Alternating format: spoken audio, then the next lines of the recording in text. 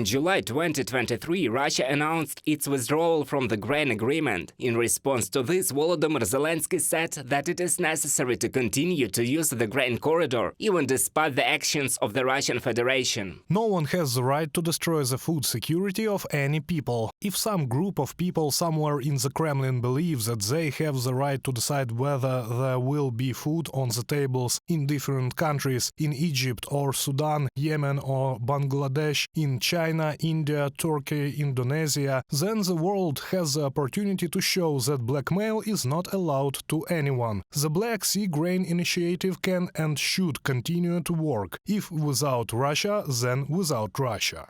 Almost simultaneously with the withdrawal from the agreement, the Russian army began shelling Ukrainian ports and grain infrastructure in Ukraine. Elevators and grain terminals came under attack.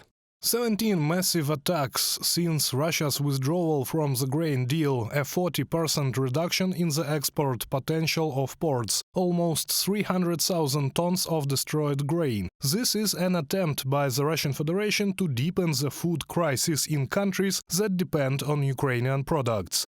Oleksandr Kubrakov, Minister of Infrastructure of Ukraine, on Facebook. With missile and drone attacks, Russia poses threats to shipping in the Black Sea. However, Ukraine was able to create the opportunity to operate a temporary corridor for civil courts. In the world, it has already received the name Ukrainian Corridor. 21 vessels have already used this route to export grain, and another 25 have entered the Black Sea ports for loading. We did not have any agreements with the Russian Federation. We don't care where Russia came from. We had no relations with them in this regard. We will do what we consider necessary. We will move these grain ships to wherever we deem necessary, and we are not going to ask anyone for permission. Oleksiy Danilov, Secretary of the National Security and Defense Council of Ukraine, in an interview with Ukrainian radio.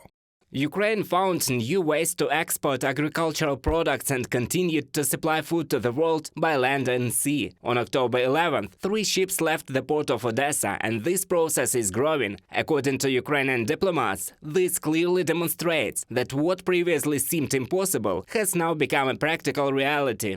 It is now important for us to convince international partners of the need to ensure ships traveling on alternative sea routes, of the need to order more grain from Ukraine and thus create additional pressure on Russia so that it does not block the use of the corridor itself as agreed. If not, then grain export will occur without it. In fact, in this case, Russia is a redundant link that is not required in our grain supply chain to international markets. Ukraine, despite the shelling, continues to export agricultural products along the Danube, although in significantly smaller volumes than before. But according to experts, additional supplies of air defense systems should change the situation. They are promised to us. They must exist to ensure the security of this region, and then it will be possible to increase these export opportunities. Lithuania has already announced the opening of a grain corridor for Ukraine. In the near future, a grain corridor from Ukraine through Moldova to Romania will begin its work, and the Netherlands has already become one of the countries that can be partners in protecting Ukrainian infrastructure and ensuring systematic export of Ukrainian food to world markets. Reported by Roman Smoler, Natalia Husak, UATV News.